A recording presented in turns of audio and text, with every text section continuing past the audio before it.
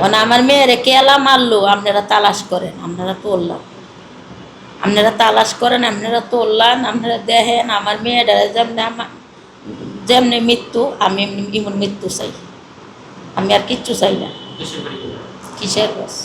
আমার মেয়ের নাম রাবিয়া।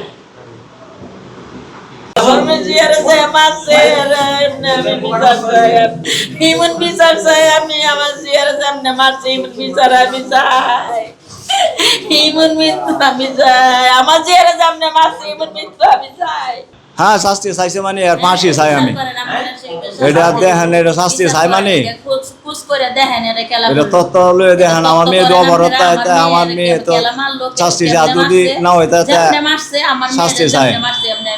আপনি কেয়ারটেকারে ফোন দিছে শনিবারে, বলে যে নাস্তা নিয়ে আসো, পরে নাস্তার ওই লাস্ট কথা ওই যে বের হয়েছে আর আসে না। দরজা আপনারা কি দেখছেন? দরজা কি ভিতর থেকে লাগানো ছিল না বাইরে? ভেতর থেকে লাগানো ছিল, দরজা ভেতর থেকে লাগানো ছিল বলতে কি টিপ লক আছে না, টিপ লক লাগানো ছিল, বাইরে দিয়ে লাগাই দিয়ে চলে গেছে। পুলিশ এসে ভাঙা দেখে যে সুসাইড অ্যাটেম্পটের একটা সিন করতে চাইছে, কিন্তু পরে যে আর করতে পারে নাই, বডি এক জায়গায়, সুসাইডের ফাঁসি ঝোলানোর জায়গা আরেক জায়গায়।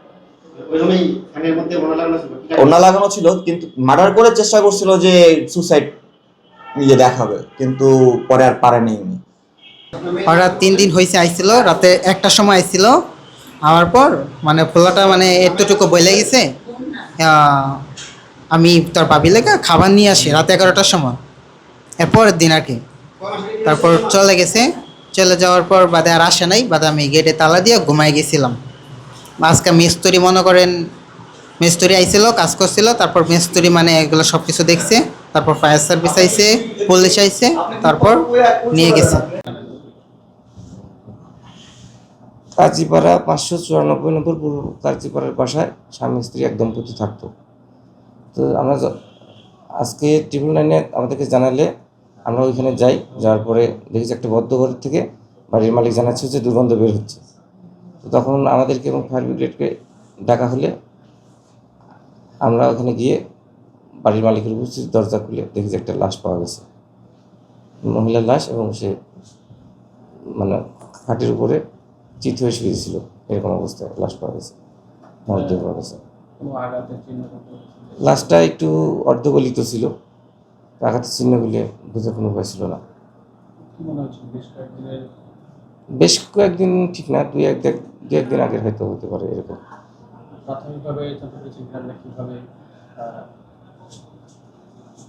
প্রাথমিকভাবে এটা আমরা প্রাথমিক অ্যাকচুয়ালি প্রকৃত অর্থে মারা গেছে কি এটা জানার জন্য আমরা লাস্টে পোস্টমর্টমে প্রেরণ করা হয়েছে। পোস্টমর্টমের ময়নাতদন্ত রিপোর্ট করলে আমরা বুঝতে পারবো যে অ্যাকচুয়ালি ঘটনা কি। লিখিত ভিকটিমের মা থানায় লিখিত অভিযোগ করার জন্য আসতেছে, এটা এখন বলতে পারবো।